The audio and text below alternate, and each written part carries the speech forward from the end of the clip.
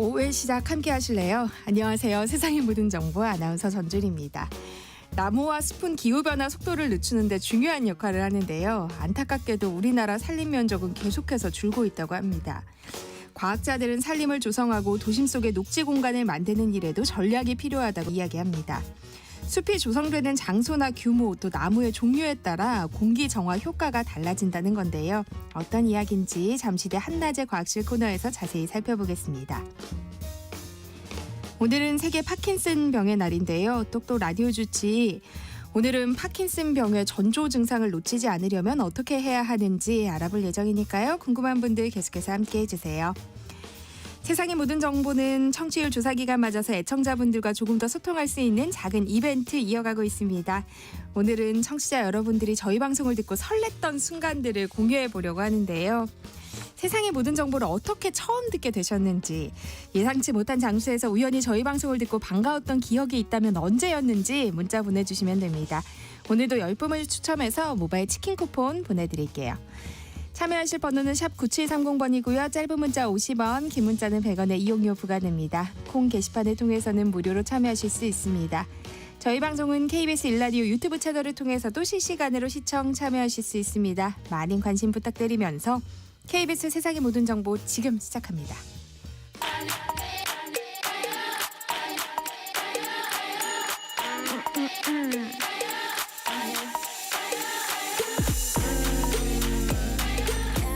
혹시 뉴스 빠뜨리셨나요? 한낮에 전해진 소식들 꼼꼼히 정리해드리겠습니다. 오늘의 뉴스 조현정 시사평론가와 함께합니다. 안녕하세요. 네, 안녕하세요. 네, 윤석열 전 대통령이 오늘 오후 5시 한남동 관저에서 퇴거할 것으로 알려졌어요. 네, 오늘 이제 그 대통령실 수석비서관급 이상 참모들도 관저를 찾을 것으로 알려졌고요. 그러면 관저 떠나면서 윤 전 대통령의 얼굴을 비칠지 차에서 내려서 인사를 할지 메시지가 나올지 여기에 관심이 쏠리고 있는데 이거에 대해서는 아직 정해진 바 없다는 게 윤 대통령 측 입장이고요. 이미 자택 수리와 보수는 완료했다고 해요. 경호처 사전 점검도 마쳤고 앞서 이삿짐 일부 서초동 사저로 이미 이전한 것으로 전해졌습니다. 다만 아시다시피 사저가 주상복합이잖아요. 단독주택이 아니기 때문에 이웃 주민들의 그런 불편에 대한 우려가 나오고 있는 상황이고 반려동물도 또 많다고 해서 그래서 일단은 서초동으로 가되 다른 거처를 구하는 방안도 고려되는 것으로 알려졌습니다. 지금 경호처는 윤 전 대통령 전담 경호팀 구성 마쳤고요. 3급 경호부장이 팀장을 맡기로 했다고 하고 경호 인력 한 50명 규모로 전해졌어요. 대통령 경호법에 따르면 파면된 대통령도 그 경호 경비에 관련된 예우는 유지가 됩니다. 5년으로 경호 기간은 단축이 되는데 이걸 또 한 번 연장을 할 수 있어요. 그러면 10년까지 가능한 겁니다. 그런데 또 좀 지금까지 퇴거가 좀 미뤄졌잖아요. 지연이 됐는데 좀 공교롭게 금요일 오후 5시여가지고 서울 도심에서 퇴거하면서 이동하는 거예요. 이게 좀 교통체증이 예상이 되고 퇴거에 맞춘 찬반 집회도 예고돼 있습니다. 그래서 일부 윤 전 대통령 지지자들은 한남동 관저에서 서초동까지 인간 띠를 만들겠다고 예고하기도 했습니다. 그런데 경호처 직원들이 김성훈 차장의 사퇴를 요구하면서 연판장을 돌리고 있다고요. 네, 경호처 직원 700여 명 중에 상당수가 이 연판장에 참여했다고 해요. 그러니까 수뇌부 퇴진하라고 요구하는 연판장이 돈 건데 경호처에서 이런 일이 있는 건 처음이고 왜냐하면 위계질서가 또 강한 조직이다 보니까 굉장히 이례적인 일인 거죠. 이 연판장에는 김성훈 차장과 이광우 본부장이 대통령 신임을 등에 업고 경호처를 사조직화했고 직권남용 등 가진 불법 행위를 자행해서 조직을 위태롭게 하고 있다라는 비판이 들어간 것으로 전해졌습니다. 아무래도 경호처 그동안 그 김성훈 차장하고 윤 전 대통령의 그 파면 과정, 체포하는 그런 과정 속에서 반발도 있었고 어떤 부당한 징계가 있었다라는 주장도 있었고 그런 내부 갈등 때문에 후폭풍에 휩싸인 모습입니다.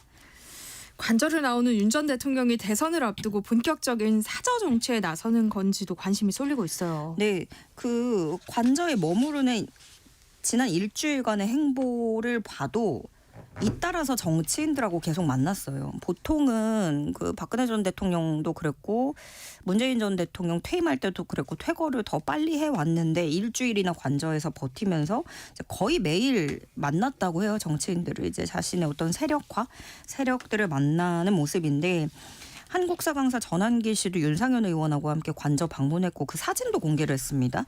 그러면서 뭐 메시지도 전했는데 전한길 씨는 윤 전 대통령이 말하기로 뭐 나야 감옥 가고 죽어도 상관없지만 우리 국민들 어떡하나 청년 세대들 어떡하나 이런 말을 했다고 전했고 윤 전 대통령은 전한길 씨에게 관저를 소개하기도 했다고 해요. 근데 이게 관저에서 안 나가고 있는 동안에 파면된 전 대통령이 그곳을 외부인에게 소개를 하고 또 뭐 어떻게 보면 파면된 전 대통령이 웃으면서 이제 사진을 찍은 계엄 내란이라는 그런 게 있는데 그런 웃으며 사진 찍은 것을 공개한다는 것에 대해서 또 비판 여론이 있고요. 그 이에 앞서서는 뭐 국민의힘 지도부도 만났고 나경원 의원하고도 회동을 했는데 곧바로 나경원 의원이 출마한다 그랬어요. 네. 그래서 윤 전 대통령의 선택은 나경원이냐 뭐 이렇게 보는 관측도 있고 이철우 경북지사도 만나러 갔는데 이철우 지사한테는 충성할 사람을 골라야 된다. 이런 메시지를 전했다는 거잖아요. 그래서 이런 식으로 이미 다녀온 사람들은 뭐 갔다 와서 윤심을 계속 내가 더 가깝다 이렇게 윤심을 뽐내는 모습이고 또 이 충성할 사람을 골라야 된다는 말도 사실 윤 전 대통령 처음에 스타가 될 때 사람에게 충성하지 않는다 뭐 이런 말을 했었잖아요. 그런 좀 모순이 있고 조선일보 사설에서는 국민의힘이 대선 승리를 하려면 윤 전 대통령은 정치에서 떨어져서 자숙하고 국민의힘은 전체 국민을 봐야 되는데 일부 국민의힘 정치인은 그 반대로 하고 있다라고 비판했습니다. 어쨌든 앞으로 국민의힘 경선은 어쩌면 이제 친윤 대 반윤 이 구도로 갈 수도 있는 거고요. 관저에서 머무르는 동안에 비용도 도마 위에 오르고 있습니다. JTBC 보도에 따르면 파면되고 사흘 지난 시점 7일 오후에 굉장히 분주했대요. 식자재 운반 차량이 왔다 갔다 하고 사람들도 오가고 조리복 입은 사람들도 허리 숙여서 막 인사를 하고 그런 모습이 포착이 됐는데 조리복 입은 사람들은 이제 대통령실 소속 조리 직원인 걸로 파악이 되고 그런데 이게 뭐 단순한 만남 이걸 넘어서 직원까지 동원한 고별 식사 자리를 이게 이어왔다면 이게 그리고 또 어떤 금액 비용에서 나온 건지 이런 것도 봐야 된다는 건데 박관천 전 청와대 행정관 이분이 그 박근혜 정부 시절 청와대 근무를 했어요. 그리고 파면된 직후부터는 국가 예산을 사용하면 횡령이다라는 지적을 했습니다. 그래서 행사 비용을 어떻게 한 건지 그 부분은 나중에 반드시 짚고 넘어가야 된다고 주장하고 있습니다. 한덕수 권한대행이 대통령 몫의 헌법재판관 후보자를 지명한 것이 타당한지 헌법소원이 제기된 상황인데요. 마은익 헌법재판관이 이 사건의 주심을 맡게 됐다고요. 네. 그 김정환 법무법인 도담 변호사 시작으로 해서 법무법인 덕수 등이 대통령 고유 권한인 헌재재판관 후보자 지명권을 권한대행이 행사하는 것은 위헌이다 하면서 헌법소원 청구를 하면서 또 가처분도 함께 신청을 했어요. 어제까지 총 6건 접수가 됐었는데 어제 배당이 됐습니다. 그래서 바로 그 전날 취임한 마은혁 재판관이 주심을 맡게 됐어요. 그리고 동시에 이거는 본인과 같은 날 지명된 2명의 재판관 후보자에 대한 판단을 내리게 되는 거죠. 이거는 무작위 전자추천 방식으로 배당을 한 거고 이제 주심이 돼서 주심으로서 통상 사건의 사실관계 정리하고 결정문 초안을 작성하는 그런 역할을 맡게 됩니다. 헌재가 심리의 속도를 내게 되면 이제 그 2명 후임자에 대해서 얘기를 하는 거잖아요. 2명 이제 나갈 사람들 문영배 이미선 재판관 퇴임 전에 가처분 결정이 나올 가능성이 커 보입니다. 네, 한낮의 교양 파트너 지금 여러분께서는 세상의 모든 정보와 함께하고 계십니다. 국민의힘이 진통 끝에 경선 룰을 확정했는데요. 최종 2인이 붙는 양자 대결이 도입된다고요. 네. 국민의힘 대선 경선에서 이렇게 결선 투표 도입하는 건 처음이고요. 1차 경선에서 후보 4명으로 압축한 다음에 2차 경선 치르는데 이 중에 지지율 50% 넘는 후보가 없으면 상위 1, 2위 2명이 결선 투표 맞붙는 겁니다. 그런데 이제 뭐 4명 있어도 누구 한 명이 50%가 넘는다 하면 그 사람이 바로 가는 거고요. 1차에서는 국민 여론조사 100%, 그 이후로는 당원 투표, 국민 여론조사 50대 50 비율로 반영을 하는데 이번에도 그 제일 화두인 역선택 방지 조항이 적용이 됐어요. 이거는 뭐냐면 여론조사 할 때 지지 정당을 먼저 물어보는 거죠. 그래서 국민의힘 지지자 혹은 무당층에게는 응답 기회를 주고 민주당이나 이런 다른 당 지지자는 배제하는 방식입니다. 국민의힘에선 대선 후보가 20명이 넘을 것이란 관측이 나왔는데요. 경선 룰에 대한 반응은 어때요? 경선룰 정해지니까 벌써부터 유불리 셈법이 나오고 있어요. 누구한테는 유리하고 누구한테는 불리하고 이런 건데 대표적으로 그 100% 민심, 완전 국민 경선을 주장했던 유승민 전 의원은 불출마 결단 가능성까지 내비쳤어요. 이 경선 룰 이렇게 정하면서 국민의힘은 사실상 당심이 큰 영향을 미치게 되는 거거든요. 그 한국갤럽이 뉴스원 의뢰로 지난 6일부터 7일 전국 성인 남녀 1,008명을 대상으로 한 조사입니다. 응답률 15.5%, 전화조사원 인터뷰 방식 95% 신뢰 수준의 표본 오차 플러스 마이너스 3.1%포인트. 자세한 내용은 중앙선거 여론조사 심의위원회 홈페이지 참조하시면 되고요.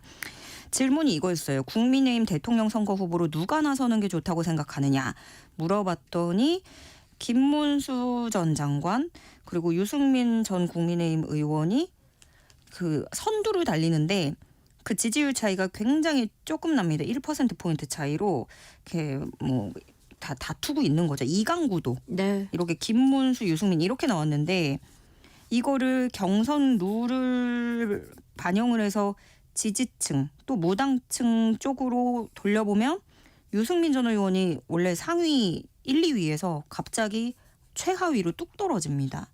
그래서 유승민 전 의원이 제일 반발을 하고 있는 것이고 이번에 국민의힘이 정한 경선 룰은 이거는 당심 100% 제도랑 거의 비슷한 거다 라면서 반발하고 있고 불출마까지도 고려를 하고 있는 분위기고요.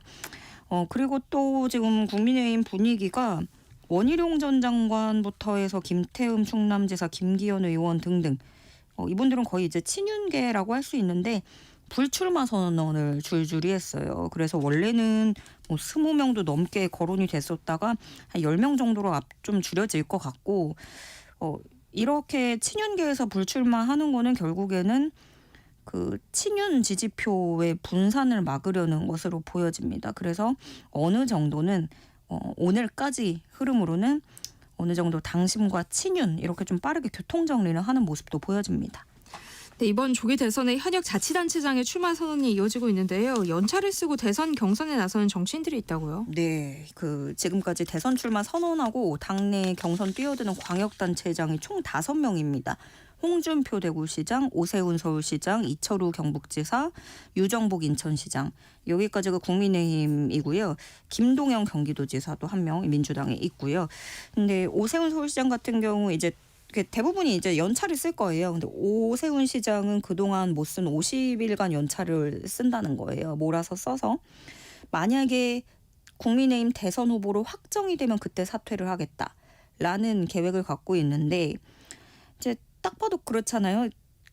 직은 버리진 못하고 오세훈 시장만 얘기하는 게 아니라 경선에는 이제 뛰고는 싶고 그게 과연 적절한지 이거에 대해서 비판이 나오는 겁니다.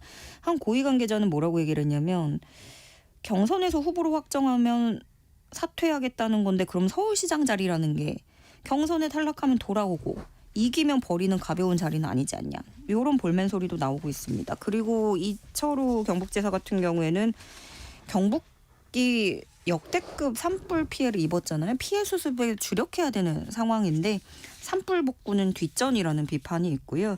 사표 내기로 한 거는 홍준표 대구시장이 유일합니다. 지금 그래서 다 연차 소진해가면서 대선에 힘을 쏟을 때 이분들 월급과 수당은 또 그대로 나가고요. 이렇게 하는 거는 사실 가능성이 적어 보여도 결국엔 이름값입니다. 이번에 지더라도 못 나가더라도 어떤 같이 이름을 올리는 자체로 대선 주자급으로 이름값에 점프하면서 홍보 효과 노리고 내년 지선에서 잃을 게 없는 거죠. 나쁠 게 없다. 이런 판단이 작용한 걸로 보입니다. 한편 민주당은 아직 대선 경선 규칙을 정하지 못한 거죠? 네, 어제 오후 4시부터 밤 11시쯤까지 경선 규칙을 정하려고 회의를 했는데 결론은 못 내렸습니다. 뭐 출마 예정자들 입장도 들었다고 하고, 근데 여기는 이제 국민 경선이냐 국민 참여 경선이냐 뭐 이름이 좀 헷갈리는데, 그러니까 50대 50이냐 100%냐 당심이나 민심 얼마나 반영하냐 이거거든요.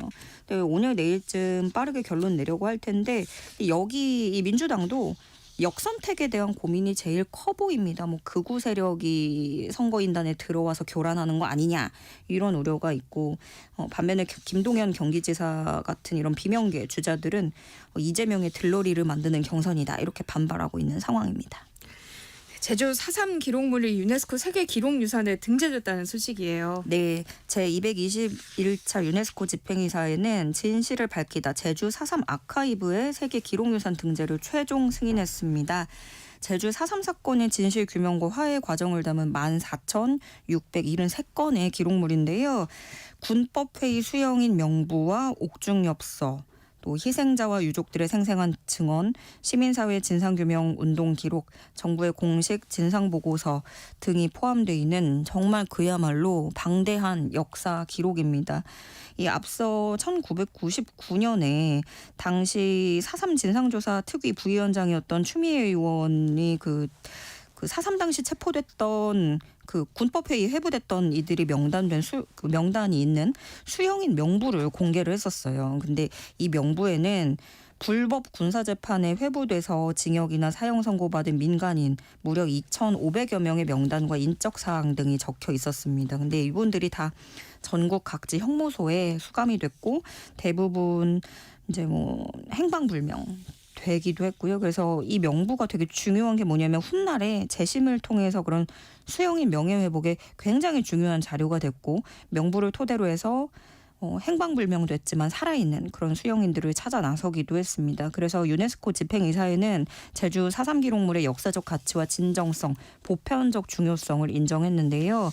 국제자문위원회에서는 이 기록물에 대해서 국가폭력에 맞서 진실을 밝히고 사회적 화해를 이뤄내며 희생자의 명예를 회복하기 위한 노력을 조명한다. 화해와 상생을 향한 지역사회 민주주의 실천이 이룬 성과라고 이렇게 높이 평가를 했습니다. 그래서 제주도는 앞으로 등재를 기념하는 행사 개최하고 관련 전시, 학술행사 등 다양한 기념 사업도 추진할 예정입니다. 네, 지금까지 조현정 시사평론가와 함께했습니다. 고맙습니다. 네, 고맙습니다.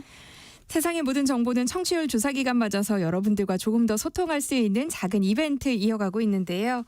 오늘은 세상의 모든 정보를 처음 들었던 기억, 또 예상치 못한 곳에서 세모정을 만났던 추억 등 세모정과 함께한 설렜던 순간들 문자 보내달라고 부탁드렸죠.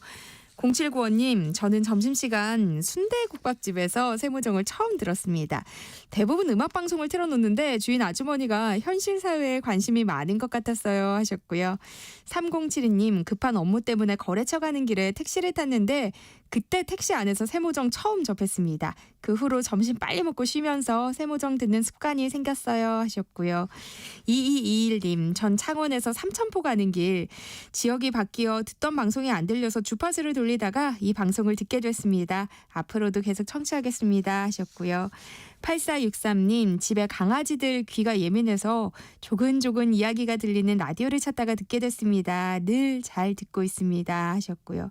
또 콩으로 강영자님, 저는 시장 과일 가게에 갔는데 사장님이 세모정 듣고 계시더라고요. 그래서 여쭤봤더니 고정으로 늘 들으신다고 해서 괜히 반가웠습니다. 그래서 과일 살 때마다 그 가게를 더 가게 되네요 하셨어요. 또 9818님이요. 1년 전 약속에 있어서 버스를 타는데 기사님께서 세모정을 틀어놓으셔서 강제로 청취하게 됐습니다. 그런데 방송이 너무 재밌어서 내려야 할 정류장을 놓치고 다음 정류장에서 내렸어요. 그때부터 쭉 청취하고 있습니다 라고 보내주셨어요. 아마 기사님들도 저희 방송 많이 들어주시는 것 같아요. 계속해서 문자 보내주세요. 추첨을 통해서 저희가 모바일 치킨 쿠폰 보내드립니다.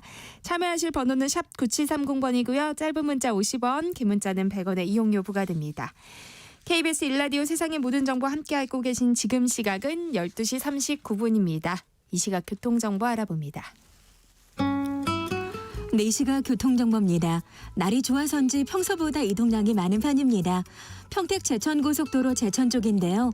고장난 차 여파가 더해졌습니다. 안진터널 안에 고장난 차가 있었습니다. 처리는 됐지만 아직도 뒤쪽으로는 남한성에서 금광 1터널 쪽으로 많이 밀리고 있습니다. 경부고속도로 부산 쪽 보니까요. 그래도 여기는 많이 나아졌습니다. 한남에서 반포 쪽으로 지체고요. 오산에서 남사 쪽으로 속도 떨어집니다. 목천 부근의 지체도 감안하셔야겠습니다. 영동고속도로 강릉 방향 군포에서 부곡 쪽으로 지체고요. 용인에서 양지 터널 쪽으로 더디게 지나고 있습니다. 서울시내 강변북로 구리 쪽으로는 양화에서 반포대교 쪽으로 막히는데요. 마포대교로 지나서는 사고도 발생했습니다. KBS 교통정보센터에서 이현입니다.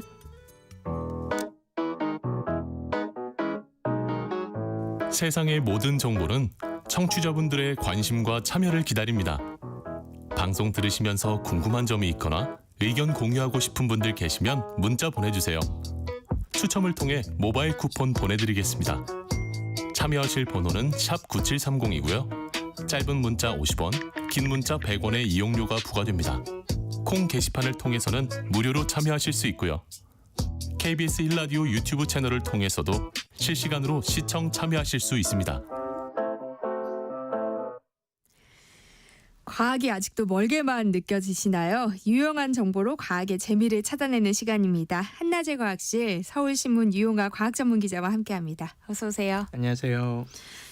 아침에는 여전히 찬 기운이 남아있긴 하지만 확실히 4월 들어서면서 봄이 완연해졌어요. 네. KBS가 있는 여의도에는 벚꽃이 지금 만개했는데요. 기자님은 4월 하면 뭐가 떠오르세요? 저도 지금 오다 보니까 봄꽃이 확 피었더라고요. 예쁘죠. 아무래도 저는 과학 기자다 보니까 4월 하면은 지난주에 있었던 식목일하고 오는 4월 22일에 과학의 날이 가장 먼저 떠오릅니다. 보통 분들은 이제 4월은 잔인한 달이라는 식구를 떠올리시는 분들이 너무 많은데요. 사실 4월은 과학의 날이 있는 과학의 달입니다. 과학책을 읽어보거나 과학을 공부하기 좋은 때라는 말씀입니다. 과학을 공부하기 좋은 시기라는 말씀이신 건데 그럼 이번 주는 어떤 얘기 해주실지 기대가 되네요. 네, 앞서 잠깐 말씀드렸는데 지난주 토요일 날은 식목일이었잖아요. 물론 비가 많이 와가지고 나무 심으러 가신 분들은 많지 않으셨을 것 같은데 이번 주는 식목일의 의미와 함께 기후변화 시대의 숲과 나무의 과학에 대해서 말씀드리려고 합니다. 지난달 말에 남부지방에서 발생한 큰 불로 인해서 나무와 숲의 중요성을 새삼 느꼈어요. 그렇죠. 최근에는 식목일의 취지가 좀 많이 사라진 것 아닌가 싶은데요. 아파트 생활하시는 분들이 많아서인지 나무 심는 모습 보기도 그렇죠. 어렵고 사실 관공서 차원의 행사도 좀 준 것 같아요. 그렇습니다. 올해는 식목일이 80회가 되는 해였는데요. 말씀하신 것처럼 나무 심기가 예전보다는 활발하지 않은 것 같습니다. 2006년에 식목일이 공휴일에서 제외되면서 나무 심기 행사도 많이 줄었고 사람들 기억 속에서도 잊혀져가는 날이 되는 것 같습니다. 그런데 이 식목일의 역사는 상당히 오래됐습니다. 의외로 1343년 조선 성종이 세자하고 문무백관을 데리고 동대문 밖 선농단에서 직접 밭을 일구기 시작한 것과 1910년 순종이 친경제를 열어서 손수 나무를 심었던 걸 기념하기 위해 만들어진 날입니다. 이 시기에 조선시대 왕들이 농사짓고 이렇게 나무를 심었던 것은 나무 심기 적합한 날씨였기 때문인데요. 달력을 보시면 실제로 24절기 중에서 5번째 절기이자 날이 풀리고 화창해지기 시작한다는 청명한식과 식목일이 항상 겹칩니다. 그런데 요즘에는 식목일을 4월이 아닌 3월로 옮겨야 된다는 이야기도 들리더라고요. 왜 그런 거예요?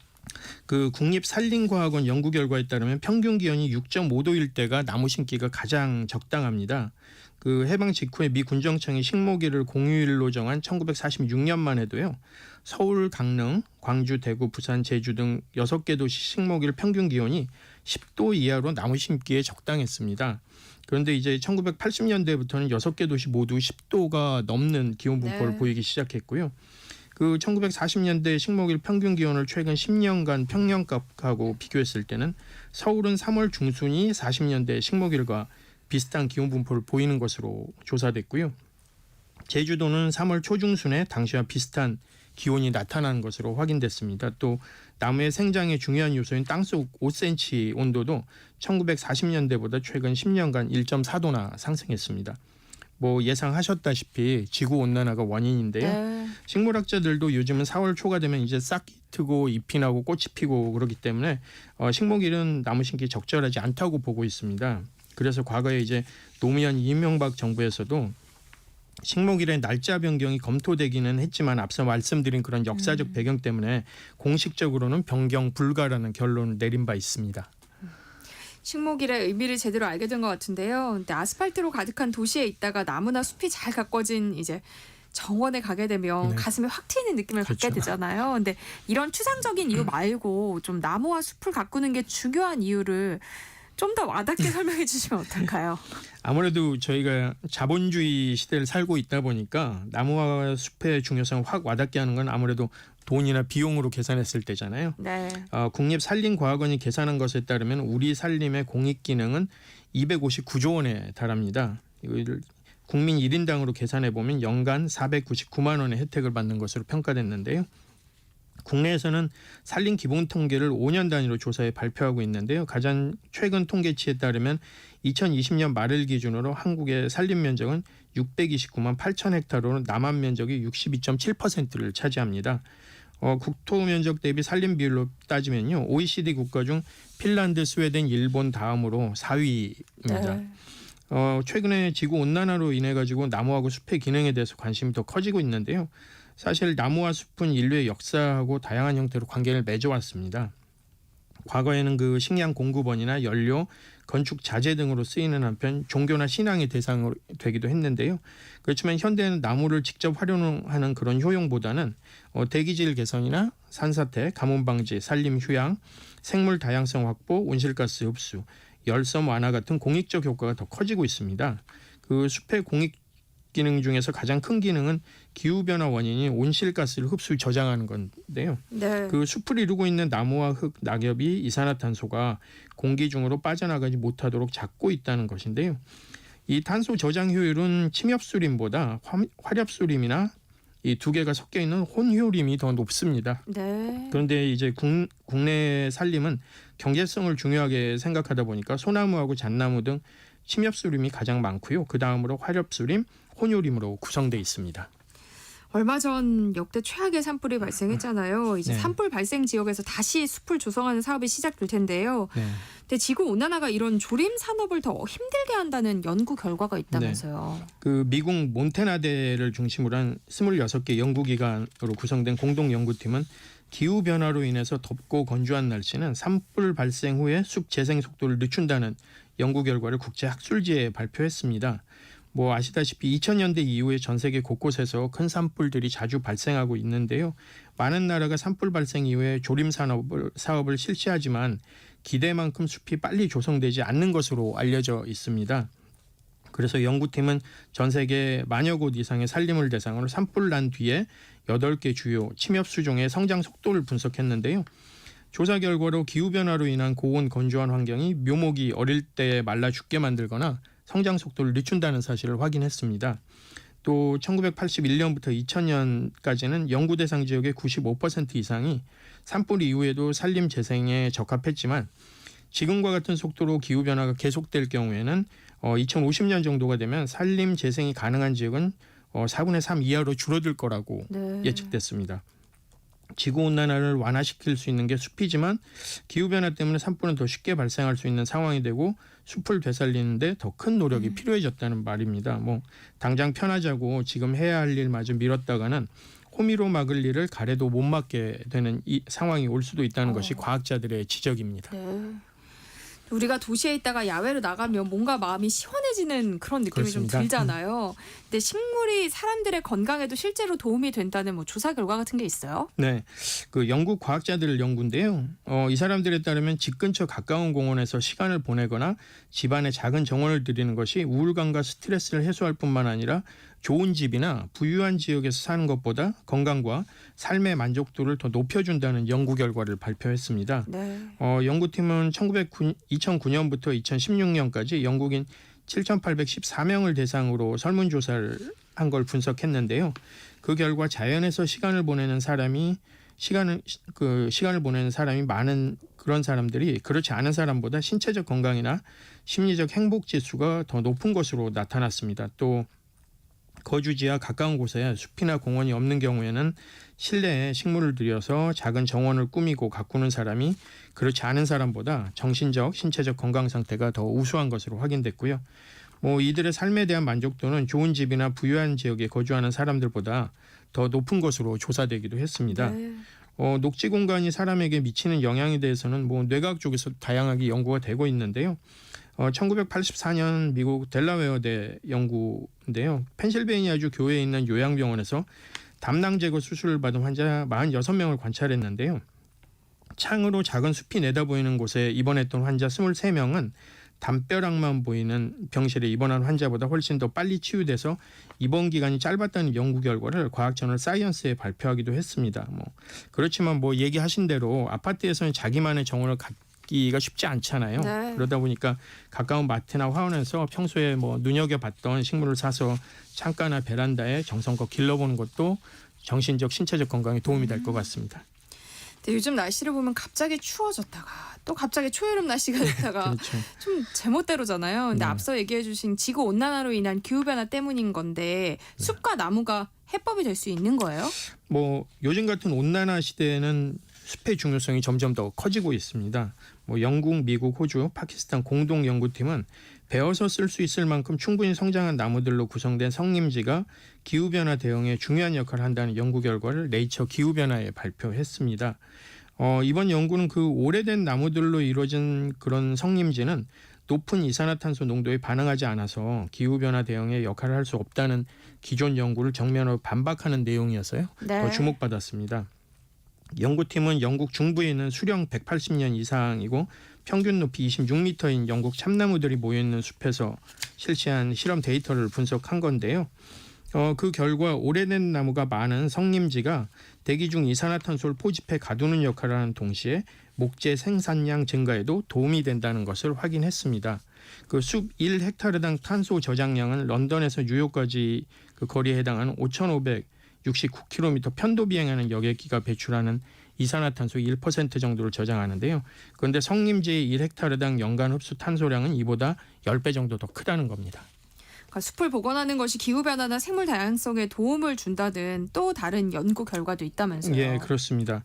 그 영국, 호주 등 6개국 공동 연구팀이 숲을 복원하는 것이 인간에게 이익을 줄 뿐만 아니라 생물 다양성을 증진시키고 기후 변화에도 대응할 수 있는 일석삼조의 효과를 가진다는 연구 결과를 국제 학술지에 발표했습니다. 연구팀은 기후위기가 미치는 극단적 기상현상, 생물 다양성 변화가 인간 웰빙에 미치는 영향까지 고려해서 숲 복원을 인간과 자연 모두에게 도움을 주는 전체론적 측면에서 살펴봤습니다. 그 인도 전역을 대상으로 그 자생림의 자연적 재생으로 얻는 이점을 알고리즘으로 분석했는데요. 그 결과 통합된 숲 복원 계획은 평균적으로 기후변화 완화는 83.3%, 생물 다양성 가치 부분은 89.9%, 사회경제적 이익 부분은 93.9%를 높인 것으로 나타났습니다. 이 연구는 생태계 복원 활동을 설계할 때 유용한 접근법을 제시할 것이라고 기대되고 있습니다. 이야기를 듣다 보니까 요즘은 숲을 복원하고 식물을 가꾸는 일이 기후 변화에 대응하기 위한 차원으로 여겨지는 것 같은데요. 그런데 숲을 구성하고 있는 또 다른 요소가 기후 변화를 막는 데 도움을 준다는 연구 결과가 있어요? 예, 그렇습니다. 지구 온난화로 인한 기후 변화 때문에 여름철 폭염 일수가 점점 길어지고 있잖아요. 네. 또 공기하고 토양이 건조해지면서 대형 산불도 자주 발생해서 사막화되는 땅들도 늘어나고 있고요. 이런 상황에서 호주 뉴사우스웨일대 그 생태과학 연구센터를 중심으로 한 15개국 45개 연구기관이 참여한 국제 공동 연구팀이요. 이끼가 있는 땅이 맨 땅보다 이산화탄소를 훨씬 더 많이 저장하고 습도를 유지해 땅을 메마르지 않게 한다는 연구 결과를 네이처 지오사이언스에 발표했습니다. 이끼가 지구 온난화 완화에 도움을 준다니 상상도 못했는데요. 어떤 내용이에요? 이끼는 사막에서 북극 지역까지 상당히 광범위하게 존재하고 있습니다. 그런데 이끼에 대한 생태학적 연구는 실제로는 상당히 많지는 않은데요. 그 모든 대륙과 123개 생태계에서 수집한 표본을 이용해서 표토의 이끼에 대한 조사를 실시했는데요. 그 결과 그 이끼가 있는 경우가 이끼가 없는 경우보다 영양분 순환이나 유기물 분해, 식물 병원균 제어에 뛰어난 것으로 나타났습니다. 또 이끼가 있는 땅이 맨 땅보다 표토층에서 6.4 기가톤의 탄소를 더 흡수할 수 있다는 사실도 밝혀졌는데요. 건강한 토양, 더 나아가서 건강한 지구를 유지하기 위해서는 작지만 중요한 이 식물을 보존해야 할 필요성을 그대로 보여주고 있는 연구입니다. 네. 3254님 숲에 가면 뭔가 마음이 편안해지고 가벼워지는데 이게 과학적으로 증명이 됐군요라고 그렇습니다. 보내주셨어요. 한나절 과학실 유효가 서울신문 과학전문기자와 함께했습니다. 고맙습니다. 감사합니다. 네, KBS 세상의 모든 정보 1부 순서는 여기서 마무리하겠습니다. 이어지는 2부에서는요. 건강에 관한 모든 궁금증을 풀어드리는 시간이죠. 똑똑 라디오 주치 코너 기다리고 있습니다. 계속해서 많은 청취 부탁드려요. 전 2부에 돌아오겠습니다.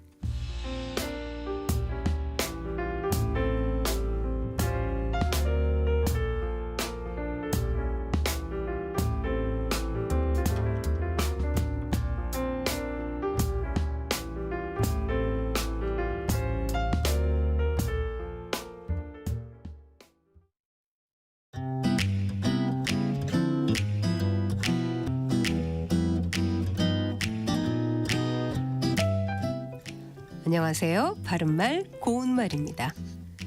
KBS 1텔레비전에서 방송되고 있는 우리말 겨루기에서 나왔던 문제를 짚어보겠습니다. 오늘은 영상 내레이션의 일부분에 들어가는 표현을 맞히는 문제입니다. 당신이 기다렸던 그 봄에 올해도 붉은 매화가 이것으로 피었습니다. 여기서 이것에 들어가는 것으로 산의 맨 꼭대기라는 뜻과 사물의 진행이나 발전이 최고의 경지에 달한 상태라는 뜻을 가진 이음절로 된 표현은 무엇일까요? 문제에서 이것으로라고 했으니까 정답은 받침이 있는 표현이어야 할 겁니다. 출연자의 답에 극치, 마루, 절정, 정상, 지경이 있었는데 이 중에서 정답은 절정입니다. 절정이란 표현이 산의 맨 꼭대기라는 뜻으로 쓰이면 산 꼭대기나 정상과 비슷하게 쓸 수 있습니다. 보통 절정이라고 하면 사물의 진행이나 발전이 최고의 경지에 달한 상태의 뜻으로 많이 사용하는데요. 이 경우에는 정점이나 정상과 비슷하게 쓸 수 있습니다. 인기 절정에 오르다, 배고픔이 절정에 달하다, 절정의 순간을 맞다와 같이 표현하죠. 또 문학용어로 쓰이면 극이나 소설의 전개 과정에서 갈등이 최고조에 이르는 단계를 뜻하고 클라이맥스와 같은 뜻으로 쓸 수 있습니다. 지금까지 바른말 고운말 아나운서 국혜정이었습니다.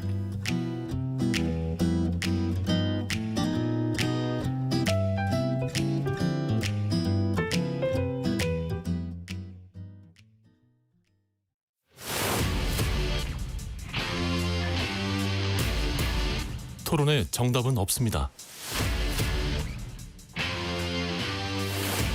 토론이 세상을 바꿀 수도 없습니다. 하지만 질문은 새로운 세상을 만들 수 있습니다. 질문으로 올바른 세상을 만드는 첫걸음. 평일 저녁 7시 20분 KBS 열린 토론.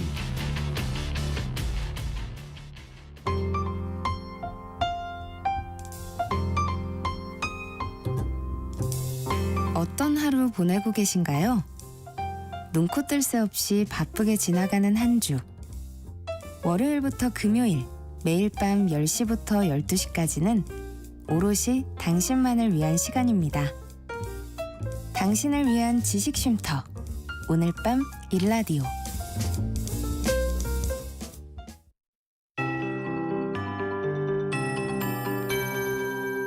KBS 58분 날씨. 오늘도 점차 더워지는 곳이 많은 금요일 오후 시간대입니다. 대구와 구미가 25도까지 오르면서 오늘 덥겠습니다. 광주와 대전도 24도, 서울 세종이 23도, 강릉 21, 부산 19도 등 전국이 17도에서 25도 분포로 평년보다 2도에서 7도가량 기온이 높겠고요. 내일까지 비슷한 기온이 이어지다가 내일 오후 비가 오면서 점차 찬 공기가 유입되겠습니다.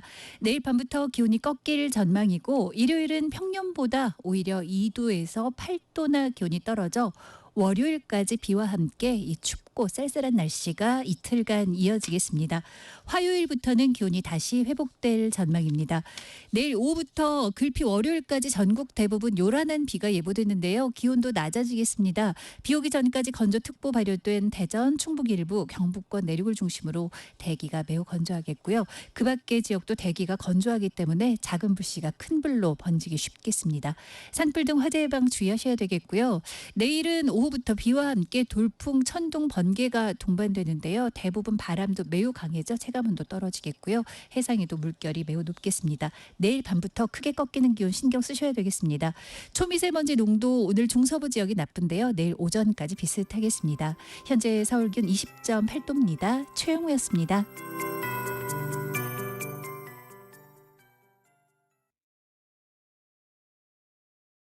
정성을 다하는 국민의 방송 KBS가 한시를 알려드립니다.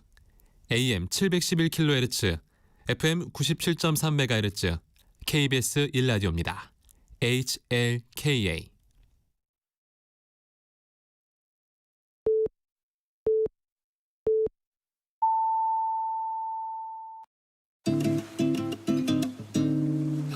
나른한 오후를 책임질 영양 만점 지식 비타민. 세상의 모든 정보.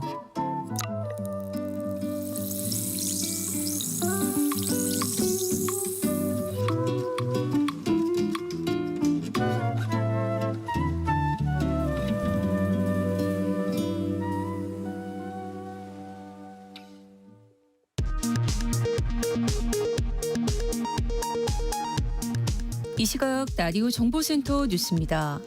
한국현대사 최대 비극의 실상과 진실을 담은 제주 4.3 기록물이 유네스코 세계기록유산으로 등재됐습니다. 침묵을 강요받았던 역사에서 지켜야 할 인류의 기억으로 거듭나게 됐습니다. 윤석열 전 대통령이 파면된 지 일주일 만인 오늘 오후 5시 서울 한남동 관저를 떠나 서울 서초동 사저로 이동합니다. 서울 도심 곳곳에서는 윤 전 대통령 지지 반대 집회가 예고됐습니다. 대선 출마를 선언한 더불어민주당 이재명 전 대표가 이제부터 진짜 대한민국, 지금은 이재명이라는 대선 슬로건을 공개하고 윤호중 의원을 선대 본부장으로 하는 경선 캠프를 구성했습니다.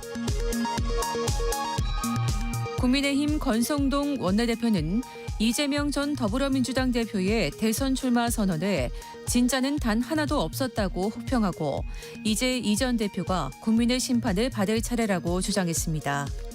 지금까지 라디오 정보센터 뉴스 정한나였습니다.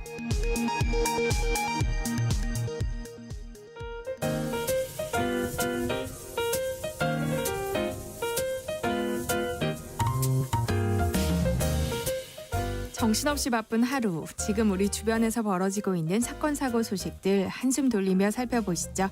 하프타임 뉴스 임선우 뉴스캐스터와 함께합니다. 안녕하세요. 안녕하세요. 네, 이번엔 강원도 고성 비무장지대에서 산불이 발생했어요. 네, 벌써 몇 번째 화재 소식인지 모르겠습니다. 북한에서 발생한 산불이 강원 고성 비무장지대까지 번져 벌써 이틀째 진화에 나섰는데요.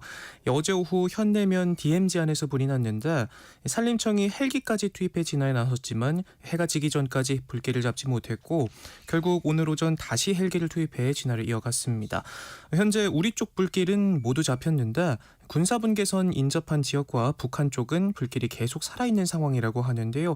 비무장지대에서 발생한 탓에 인력 투입도 어려운 상황이라고 합니다. 산불 관련 소식 이어가 볼까요? 지난달 말 경북 산불로 힘겨운 사투를 벌이고 있을 때 강원 치악산 일대에서도 크고 작은 산불이 잇따랐는데요. 알고 보니까 한 여성이 일부러 불을 지른 걸로 드러났어요. 네, 본인이 저지른 일이 어떤 참사를 가져왔는지 알기는 알까 싶은데요. 그저 호기심에 불을 질렀다는 말에 더 분통이 터집니다. 공개된 CCTV 영상을 보면 손에 나뭇가지를 잔뜩 모아쥔 채 주택 뒤로 향하더니 잠시 뒤 손 안에서 불길이 치솟았고 불덩어리를 밭둑에 집어던지고는 태연히 돌아서는 모습이 담겼는데요. 잠복하고 있던 경찰이 결국 현행범으로 체포됐습니다. 경찰이 이렇게 잠복까지 한 이유가 있었는데 이 마을에서는 10일 전부터 4건의 화재가 더 있었는데 모두 이 여성이 벌인 일이었다고 하네요. 지난달 26일 처음 불을 질렀는데 경북 의성에서 난 산불이 영도까지 번지고 인명피해가 속출하던 때입니다. 치악산 자락에 있는 마을도 위험했는데요.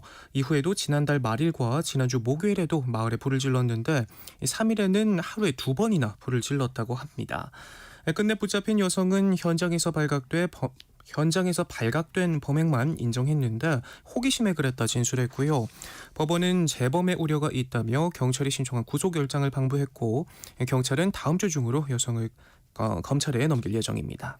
네, 이런 가운데 산불 실화자에 대한 과태료가 대폭 오른다고요. 네, 앞으로 산에 불을 낼 경우 과태료가 4배, 200만 원까지 오릅니다. 내년 2월부터 시행된다고 하는데요. 이번 산불도 그렇고 피해가 천문학적이잖아요. 그에 반해 실화자 과태료가 너무 적다는 지적을 반영한 겁니다. 산불에 대한 경각심을 높이기 위한 고육지책이지만 개인적으로는 이것도 솜방망이 처벌 수준이다 싶은 생각이 드는데요. 이번 산불 신고 피해액만 1조 4천억 원이 넘는 걸로 조사됐는데 돈도 돈이지만 하루아침에 집과 일터까지 몽땅 잃어버린 이재민을 생각하면 단순 벌금을 넘어서 특단의 조치가 필요해 보입니다.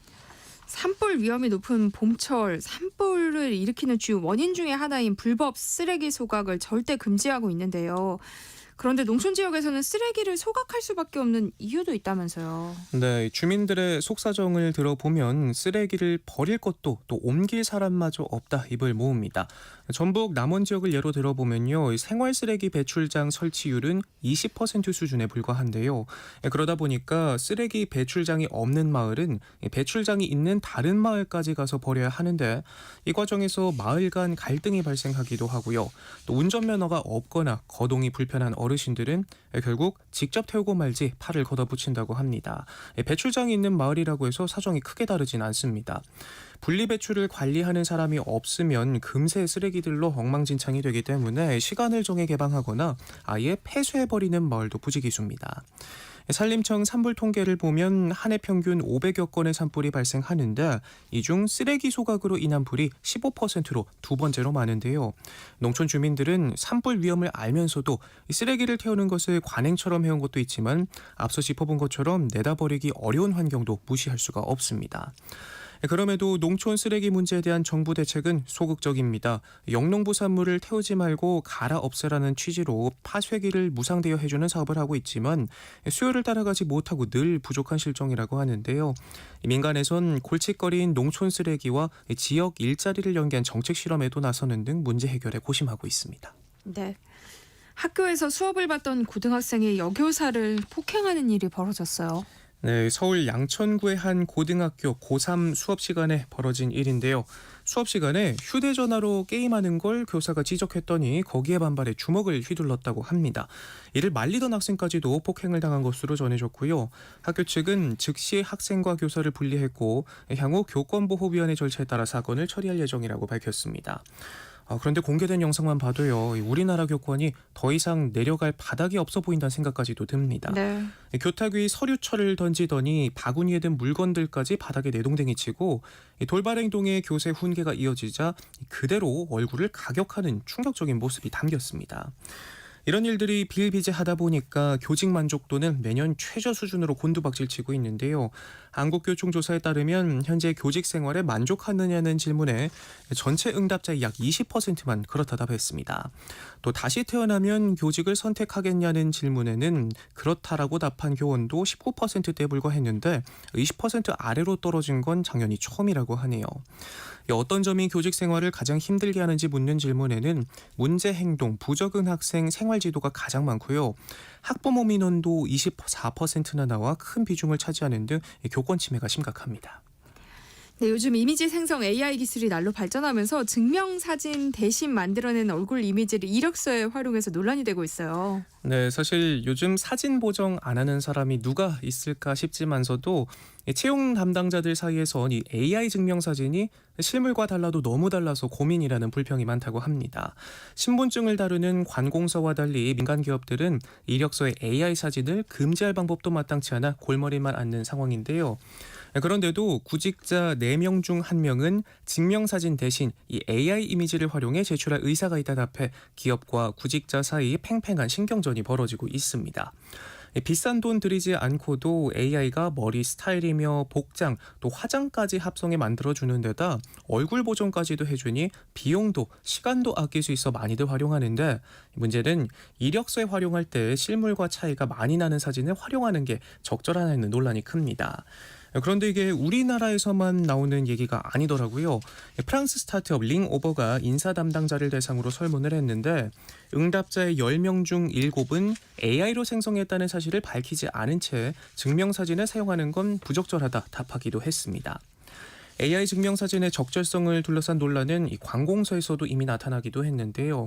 주민등록증부터 운전면허까지 싹 다 AI 사진으로 바꾸려는 사람이 크게 늘었는데, 실물과 다른 사진 속 모습에 신분 확인이 어려워지자 행정안전부가 직접 나서 지자체가 법적 규격을 엄격히 적용해야 한다 제동을 걸기도 했습니다. 하지만 법령에 명확히 규정돼 있는 신분증 사진과 달리 민간 기업에선 이력서에 AI 사진을 쓴 것에 대해 법적으로 문제 삼기가 어려워서 뽑아놓고 얼굴이 다르다고 채용을 취소할 수도 없고 골머리만 앓는 일이 많다고 합니다. 네.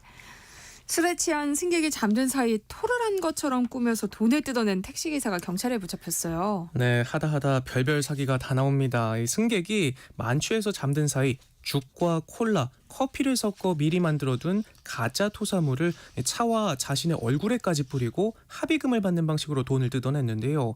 1년 동안 잔뜩 술에 취한 승객을 골라 태워 이런 사기를 쳤다고 합니다.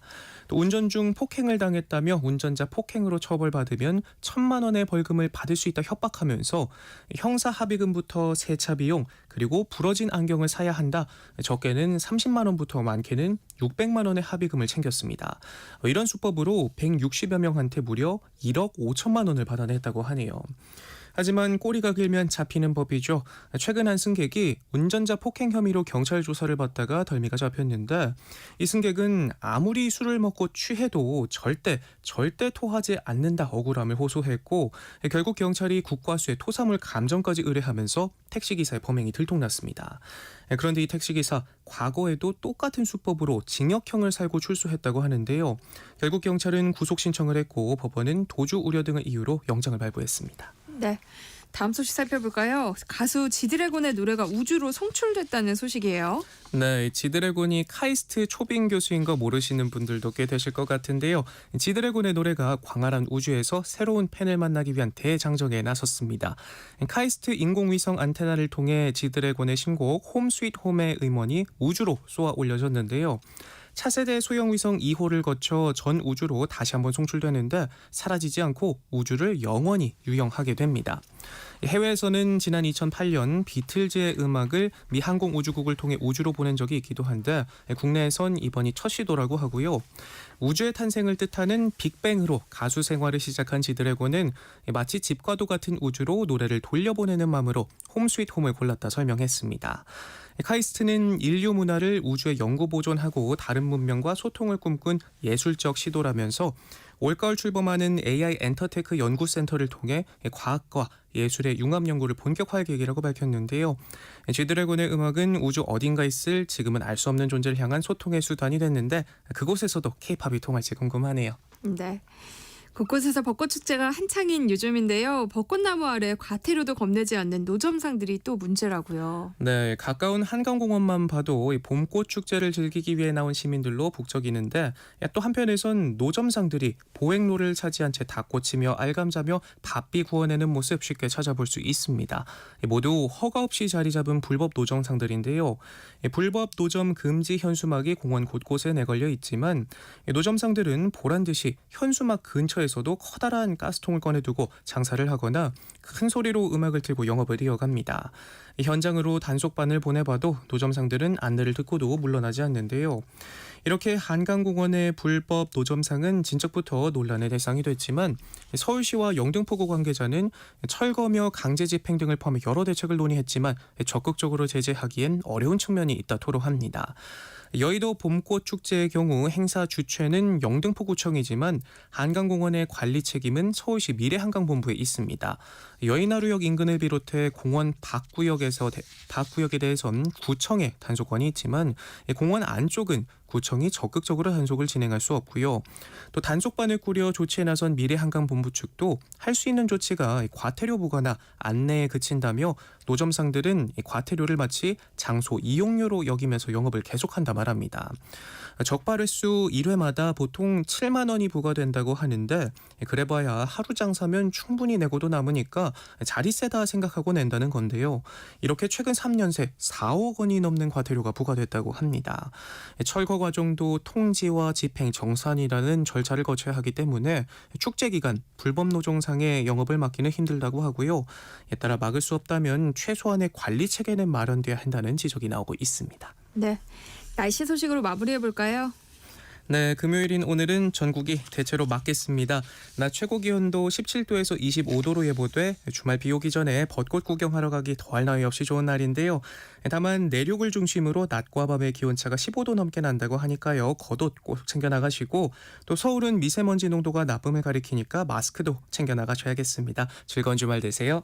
네, 지금까지 임선우 뉴스캐스터와 함께했습니다. 고맙습니다. 고맙습니다.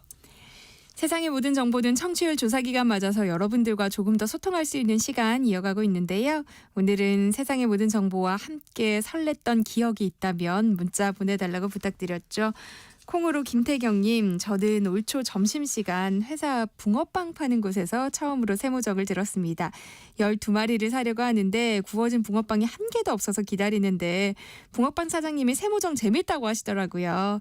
그래서 그 이후에 저도 점심시간이면 항상 듣고 있습니다. 유익해서 좋아요 하셨어요. 고맙습니다. 1224님, 지난주 월요일 제주도 가서 렌터카를 빌리고 버릇처럼 라디오를 켰는데 세상의 모든 정보가 나오더라고요. 깜짝 놀라서 살펴보니까 제주에선 주파수가 99.1이더라고요. 제주에서 들은 전주리 아나운서의 목소리 너무 좋았습니다 하셨고요. 콩으로 정문주님, 출장 가는 길 부장님과 어색한 분위기를 깨고 싶어서 라디오를 켰는데 그때 세상의 모든 정보가 나왔습니다. 같이 들으면서 방송 내용을 두고 부장님과 대화도 하고 어색한 분위기를 타파했던 기억이 나네요 하셨어요. 또 0579님, 저는 오늘 세모정 처음 듣습니다. 점심시간 중고거래 가려고 운전 중인데요. 맑은 봄 날씨에 어울리는 진행자 목소리를 만나는 행운이 따라서 기분이 좋습니다. 앞으로 애청자 예약할게요 하셨어요. 고맙습니다. 8610님, 저는 육아휴직 중이라 아이들 유치원 보내고 라디오 듣다가 오늘 처음 듣게 됐습니다. 앞으로도 꾸준히 청취하겠습니다. 반갑습니다 하셨어요. 여러분 계속해서 문자 보내주세요. 오늘 문자 보내주신 분들 가운데서 추첨을 통해서 모바일 치킨 쿠폰 보내드립니다. 그리고 혹시 02로 시작되는 전화가 오면 꼭 받아주시고요. 세상의 모든 정보 잘 듣고 있다고 말씀해 주시길 부탁드립니다. 내일 점심 메뉴 추천. 귀로 듣는 푸짐한 지식 한 상 어떠세요? 세상의 모든 정보. 아나운서 전주리입니다. 건강에 관한 모든 궁금증을 풀어드리는 시간입니다. 똑똑 라디오 주치 을지대학교 가정의학과 오한진 교수님과 함께합니다. 어서 오세요. 네, 안녕하셨어요. 교수님, 저희가 수요일에 청취자 여러분들에게 세모정에서 가장 좋아하는 코너가 뭔지 문자로 받아봤거든요. 네. 네, 그때 똑똑 라디오 주치 인기가 대단했습니다. 진짜요? 네, 교수님 어이구. 오신 김에 제가 진짜인 걸 소개해드릴게요. 2372님, 똑똑 라디오 주치 시간 제가 제일 좋아하는 시간입니다. 점심 먹고 늘 유익하게 잘 듣고 있습니다. 감사합니다 하셨고요. 4257님, 똑똑 라디오 주치 늘 기다립니다. 건강 정보를 듣기 쉽게 정리해주신 오한진 교수님을 통해서 저희 가족 건강 늘 챙기고 있습니다 하셨고요. 또 김재은님, 금요일 라디오 주치 시간 좋아요. 의학 정보를 쉽고 빠르게 얻을 수 있고요. 평소에 궁금했던 것도 알려주셔서 좋더라고요 하셨어요. 앞으로도 똑똑 라디오 주치 잘 부탁드릴게요. 오, 감사합니다. 감사합니다. 좋아해 주시니까. 네, 교수님, 오늘이 이 세계 파킨슨 병의 날이라면서요? 네. 4월 11일은 이 파킨슨 병에 대한 이 관심을 올려주기 위해서 만들어진 세계 파킨슨 병의 날입니다.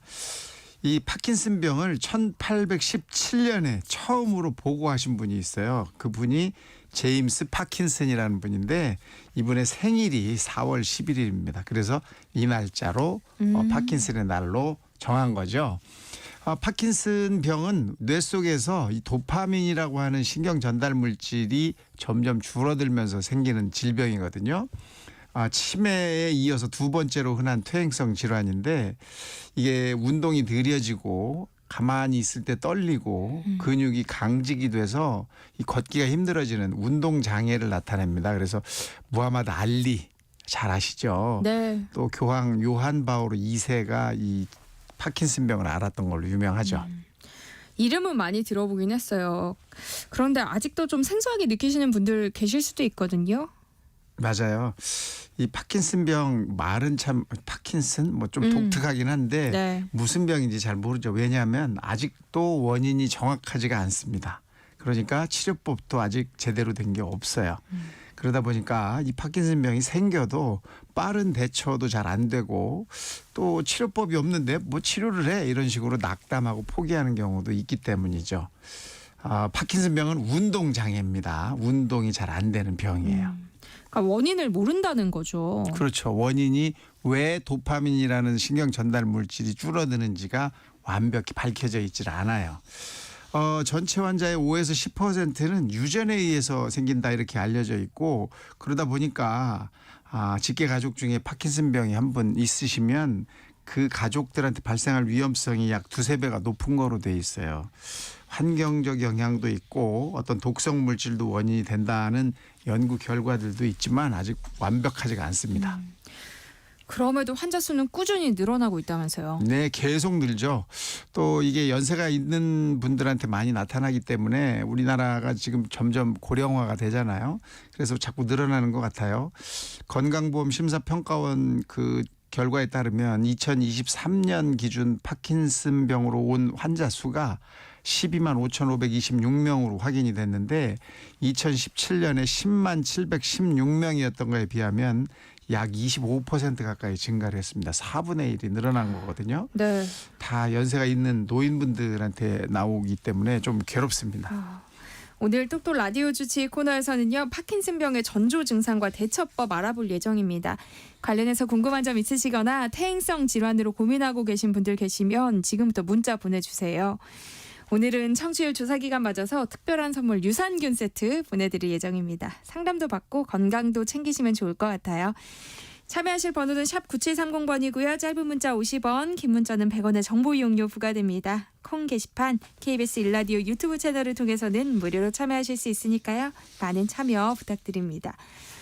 파킨슨병이 퇴행성 질환이라는 건데 주요 증상을 좀 살펴보면 어떨까요? 네네. 이 파킨슨병의 원인이 도파민이라는 물질이 줄어들어서 생긴다 그랬잖아요. 이 도파민이 하는 일은 근육을 조절해서 우리의 신체 운동 또 평형 이런 거에 관여를 하고 따라서 기계로 치면 윤활유 같은 그런 역할을 해줍니다. 그래서 이 파킨슨병 환자는 병원에 올 때 가장 흔하게 느끼는 증상은 떨림이에요. 떨림. 떨림이 손과 다리 어느 한쪽에서 먼저 생겨요. 오른쪽 왼쪽 중에 한쪽에서 생기고 다른 쪽으로 또 같이 진행이 동반이 됩니다. 또 다른 증상은 몸의 움직임이 느려져요. 그래서 천천히 움직이게 됩니다. 빠릿빠릿하지가 않아요. 네. 거기다가 근육이 뻣뻣해지는 경직 증상도 같이 나타납니다. 이렇게 되면 이 단추 잠그는 거 잘 못해요. 그다음에 이 뭐라 그러죠? 이거 자크라고 그러나요? 네, 지퍼 올리는 거 이게 잘 안 돼요. 그다음에 양치질, 그다음에 작은 글씨 쓰기 이런 거 잘 안 됩니다. 그래서 이런 거 할 때 아주 불편하다 이런 느낌을 많이 가지시게 되고 또 몸이 이렇게 구부정하게 돼가지고 이 쉽게 걷지를 못해요. 발이 금방 안 떨어져서 마음은 막 앞으로 가는데 몸이 안 따라오니까 자꾸 넘어집니다. 네. 이 균형도 유지가 잘 안 되고 그러다 보니까 넘어져서 골절되는 경우도 꽤 많이 생기고요. 그래서 이런 증상들이 나타나면 이미 이제 상당히 시간이 지난 상태거든요. 증상이 아주 서서히 일어나서 맨 처음에는 본인도 잘 모릅니다. 이게 생겼는지도 잘 모를 정도예요. 그러다가 불안하거나 우울하거나 이런 정신적인 증상들을 가지고 먼저 병원에 오는 경우가 더 많아요. 예. 근데 파킨슨병의 주요 증상 중에 하나가 떨림이라고 하셨잖아요. 네네. 근데 보통 수전증 있으면 좀 손이 떨리니까 헷갈릴 수도 있을 것 같아요. 맞아요. 2023년 기준으로 10년 전과 비교해 보면 파킨슨병은 49%가 증가를 했고 수전증은 71%가 늘어났습니다. 이 수전증과의 차이점이 있는데요. 네. 이 수전증은 뭔가를 이렇게 하려고 할 때 손이 떨리는 거예요. 젓가락질을 하려고 할 때 아니면 잔을 들고 마시려고 할 때 막 네. 떨려서 물이 흐르고 이러는 경우를 우리가 이제 수전증이라고 하는데 파킨슨병은 가만히 있을 때 떨립니다. 그러다 보니까 구별이 좀 되죠. 네. 특히 손을 이렇게 무릎 위에 가만히 얹어놓고 있을 때 떨림이 심해져요. 그러니까 뭔가를 하려고 할 때가 아니죠. 그러다가 물건을 잡으면 떨림이 좀 줄어듭니다. 몸 한쪽에서부터 떨림이 나타나는 비대칭성, 즉 한쪽만 시작이 되는 것도 파킨슨병의 특징이에요. 근데 조기 발견이 좀 어렵다고 하셨잖아요. 네. 그러니까 전조 증상 같은 걸 알아두면 진단을 좀 더 빠르게 할 수 있을 것 같은데요. 맞습니다. 전조 증상 같은 거로 이제 저희가 체크해 볼 게 있는데 네. 9가지를 제가 읽어드릴 테니까 이 중에 3개 이상이면 파킨슨병 의심하거든요. 침대나 의자에서 일어날 때 힘들다. 보이는 글씨 크기가 전에 비해 작아졌다. 주위 사람들이 목소리가 작거나 약해졌다고 나한테 자꾸 말한다. 걷거나 서 있을 때 비틀거리거나 넘어지려고 하는 경향이 있다. 걸을 때 발이 땅에서 잘 안 떨어지고 자꾸 끌린다. 부자연스럽다. 주위에서 표정이 전보다 굳어있다 이렇게 말한다. 손이나 발을 떠는 증상이 있다. 손으로 단추를 잠그는 것이 힘들다. 이 발을 끌면서 걷거나 보폭이 짧아져서 종종 걸음을 한다. 이 중에 한 3개 정도 있으면 우선 병원에 가셔서 한번 확인을 한번 받으시는 게 좋습니다. 또 연로한 부모님의 잠꼬대도 잘 살펴봐야 한다면서요. 맞습니다. 이 자면서 행동장애를 하는 경우에 파킨슨병이 동반돼 있을 가능성이 굉장히 높거든요. 원래 잘 때는 모든 근육이 이완이 돼서 완전히 늘어져서 꿈을 꾸거나 뭘 해도 몸이 안 움직여지는 게 정상이에요. 그런데 렘 수면이라고 눈이 막 움직여지는 그런 잠에서 막 깨나기 직전 상태가 있는데 이때 꿈 꿀 때 했던 행동을 몸이 직접 하게 되는 경우 그걸 우리가 이제 렘 수면 행동 장애 이렇게 표현을 하는데 거기에 이제 잠꼬대도 들어가고 발을 휘젓거나 주먹질을 한다거나 이런 게 이제 거기 포함이 되는 거예요. 이런 경우가 나타날 때 우리가 파킨슨병을 의심해 볼 수 있습니다. 이 렘 수면 행동 장애가 있는 환자의 90% 이상이 길게는 20년 정도 걸리면 파킨슨병이 생기더라 이렇게 알려져 있거든요. 그래서 이런 증상 잘 때 갑자기 사람을 차거나 손으로 때리거나 이런 행동 장애가 생기거나 잠꼬대를 크게 한다거나 하면 한 번쯤 생각해 보실 필요가 있습니다. 네, 파킨슨병이 날씨의 영향도 많이 받아요? 맞습니다. 온도나 기압이나 습도 변화에 굉장히 영향이 있어요. 악화될 가능성이 높거든요. 예를 들면 너무 습도가 높아지거나 기온이 떨어지거나 하면 더 문제가 생길 수도 있어요. 비타민 D가 이제 햇볕에 의해서 만들어지잖아요. 그러다 보니까 겨울이면 햇볕을 쏘이는 시간이 짧아지고 이때 이 파킨슨병은 더 악화될 수 있습니다. 기온이 떨어지면 또 혈액순환도 잘 안 되기 때문에 근육이 더 쉽게 경직이 되고 떨림도 더 증가되죠. 또 땀 조절 기능이 잘 안 됩니다. 그러다 보니까 여름에는 체온 조절이 더 안 돼. 더 덥다고 느껴질 수가 있고 또 습도가 높아지면 이 무력감, 우울증 이런 게 더 심해지면서 파킨슨병 환자들이 아주 힘들어합니다. 그러니까 아직은 파킨슨병의 정확한 원인은 밝혀지지 않았지만 치료는 가능한 거예요? 그렇죠. 치료를 할 때는 이제 도파민이 부족해서 이제 생기는 증상들이니까 이 도파민을 보충해 주는 방법이 이제 현재까지의 치료 방법이에요. 파킨슨병은 우선 크게 5단계로 나누어서 진행이 됩니다. 맨 처음에는 전구 증상만 있어요. 그래서 뭐 증상들이 아주 심각하게 딱 표현이 안 되고 이런 초기 단계를 우리가 허니문 기간이라고 하는데 왜냐하면 이때 이 도파민을 먹게 되면 거의 정상인 같이 행동을 하게 돼요. 금방 좋아지거든요. 네. 그래서 허니문이라고 이제 얘기를 하고 조금 지나면 이제 증상이 조금씩 심해지죠. 각종 증상이 발병하는 증상 발전기를 우리가 이제 3번째라고 하고 4번째는 이제 만성으로 변하는 걸 만성이라고 하는데 이 만성이 되고 조금 더 지나면 이제 뇌 기능이 거의 상실되는 상태가 옵니다. 이때 이제 우리가 말기라고 하는데 파킨슨병으로는 돌아가시지는 않아요. 하지만 합병증이 생기죠. 못 걷고 움직이지 못하고 그러니까 누워 계시게 되고 이러면서 욕창이라든지 요로 감염 또 폐렴 이런 게 생기면서 굉장히 힘들어지실 수가 있어요. 그래서 이 파킨슨병은 한번 걸리면 평생 약을 먹으면서 관리를 해야 되는 거기 때문에 주변 사람들의 지속적으로 도움 이런 것들이 필요합니다. 근데 약을 오래 먹으면 효과가 떨어진다는 말도 있던데요. 맞아요? 효과가 떨어진다고 표현들을 많이 하시는데 사실 효과가 떨어지는 것보다 약효 지속 시간이 줄어드는 거예요. 원래 처음에 시작할 때 약을 드리면 6시간에서 7시간 정도를 유지를 하게 되는데 한 5년 정도 지나면 이 지속 시간이 2-3시간으로 줄어듭니다. 그러니까 지속 시간이 짧아지니까 약효가 안 듣나 봐 또는 뭐 효과가 좀 적어졌나 봐 이렇게 생각하실 수 있는데 지속 시간이 줄어드는 거예요. 문득 궁금증이 생기는 게요. 파킨슨병이 치매로도 이어질 가능성이 있어요? 그럼요. 치매랑 연관이 많습니다. 왜냐하면 파킨슨병이라는 게 퇴행성 질환이잖아요. 그러다 네. 보니까 이 치매 같은 퇴행성 질환하고 연결이 많아요.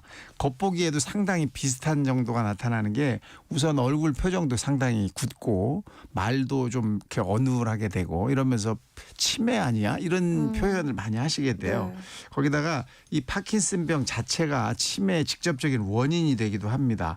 파킨슨병을 오래 앓으시면 치매로 발병하는 경우가 많아요. 그래서 외국에서는 이 결과 확인이 돼 있는 게 치매 환자 중에 15% 정도는 파킨슨병을 동반해서 나타난 치매다라고 이 데이터가 있는데 우리나라는 아직 이런 데이터까지는 없습니다. 예.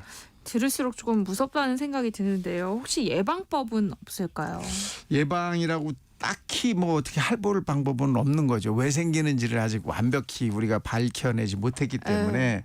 근데 원인은 일단 뇌에서의 도파민 부족이니까 이 도파민이 우선 잘 돌을 수 있도록 우리 몸을 건강하게 관리하는 게 가장 좋겠죠. 그래서 규칙적인 식사, 뭐 규칙적으로 또 운동, 그다음 생활 습관 이런 것들을 잘 하는 것이 중요하고 정기 검진 이런 것도 굉장히 도움이 돼요. 또 운동과 관련된 질병이기 때문에 운동을 극대화시킬 수 있는 운동요법 이런 게 중요하죠. 그래서 평상시에 근력 운동도 좋고 유산소 운동도 좋고 또 스트레칭이라든지 이런 것들도 굉장히 중요하기 때문에 이런 운동에 좀 관심을 많이 가지시는 게 큰 도움이 될 것 같습니다. 똑똑 라디오 주치 오늘은 파킨슨병의 전조 증상과 대처법 살펴보고 있는데요. 관련해서 궁금한 점 있으시거나 퇴행성 질환으로 고민하시는 분들 계시면 계속해서 문자 보내주세요. 노래 한 곡 듣고 오한진 교수님의 처방 받아보겠습니다. 오효의 민들레. 네, 노래 나가는 동안 보내주신 문자 살펴보겠습니다. 7905님, 장모님이 이석증으로 고생하고 계신데요. 머리를 떨기도 하시고요. 이석증이 파킨슨병으로 이어질 수도 있나요? 하셨어요. 그렇지는 않죠. 근데 지금 머리를 떠신다고 하셨는데 이것도 운동장애 중에 하나거든요. 근데 이 머리 떠시는 걸 가지고 파킨슨병이라고 생각하시는 분이 굉장히 많은데 관계가 별로 없습니다. 그냥 운동장애 한 부분이고 뭐 수전증과 비슷하다 이렇게 생각하시면 좋겠고 대부분 스트레스랑 연관이 많은 그런 질병입니다. 1145님. 고개를 좌우로 흔드는 것도 파킨슨병인가요? 하셨어요. 이것도 비슷한 질문인 것 같아요. 이분도 이제 머리를 떠는 거랑 마찬가지거든요. 좌우로 떠시는 분도 있고 위아래로 떠시는 분도 있어요. 그래서 그 분들이 굉장히 이 일상생활이 어렵고 괴로워요. 남들이 보는 것 같고 자꾸 내가 이렇게 흔들리니까. 하지만 파킨슨하고는 좀 그렇게 큰 연관은 없다. 알아두시면 되겠네요. 네.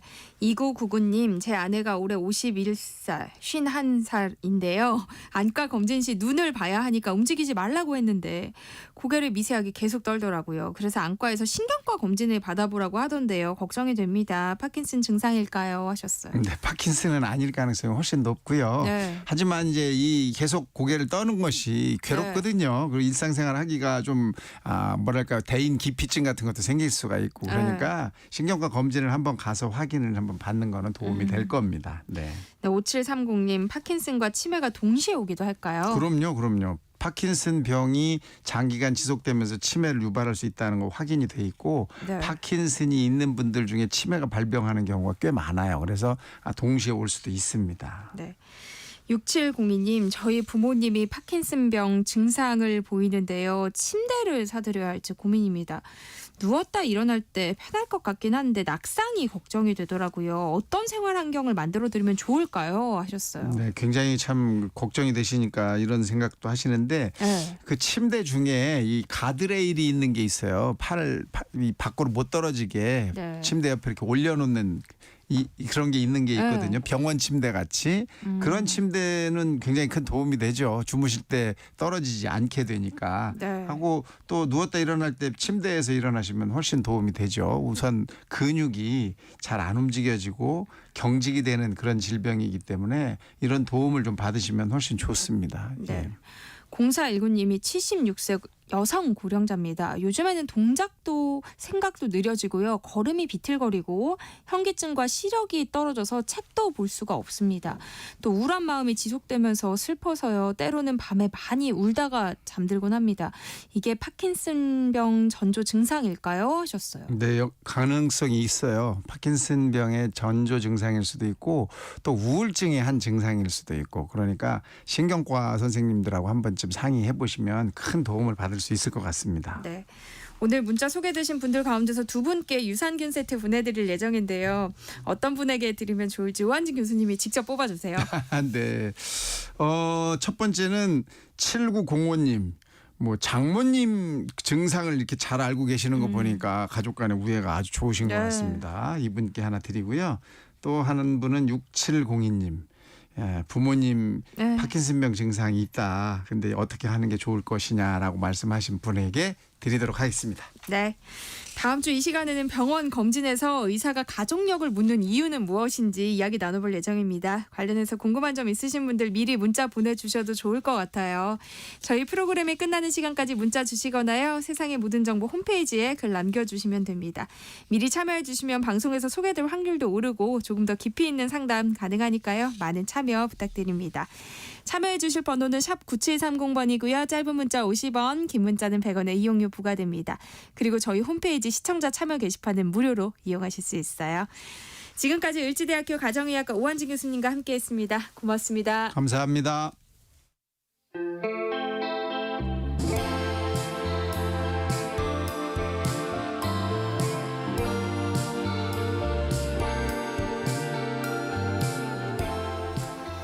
네, 유난히 시간이 더디게 흘러가는 금요일 오후 지루함을 설렘으로 바꿔줄 노래만 담아왔습니다. 김윤아의 오늘이고 김윤아 음악평론가와 함께합니다. 어서 오세요. 안녕하세요. 오늘은 어떤 노래 들고 오셨을까요? 오늘은 어떻게 보면 좀 뻔한 선곡일 수도 있는데 제가 방송국에 오는 길을 봐도 이 선곡을 하지 않을 수가 없겠더라고요. 저희 그 KBS가 있는 곳이 어디입니까? 여의도.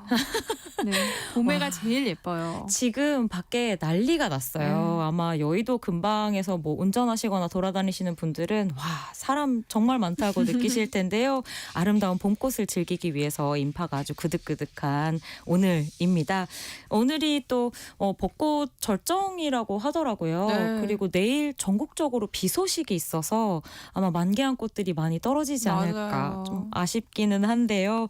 그 전에 이 만개한 꽃들을 여러분들과 음악으로 함께 나눠보고자 오늘 꽃노래들 준비해봤습니다. 봄과 관련된 노래들 뭐 이맘때쯤이면 라디오에서 항상 듣게 되잖아요. 네, 근데 평론가님은 어떤 노래를 들고 오셨을지 저도 뭐 궁금하네요. 비슷한 거 듣습니다. 저도 뭐 대단히 특별한 곡보다는 확실히 그 시즌에 맞는 음악을 그때 들어주는 좋은 기분이라는 게 있는 것 같아요. 네. 크리스마스에는 캐롤 듣고 봄에는 또 봄꽃 노래 듣는 게 참 네. 좋은데요. 그런 의미에서 첫 곡은 이 가수가 아니면 안 될 것 같다는 생각이 너무 들었습니다. 바로 버스커의 아이고. 노래인데요. 그치만 예상되는 노래네요. 하지만 네. 벚꽃 엔딩은 아니다. 네, 요거까지는 말씀드려볼게요.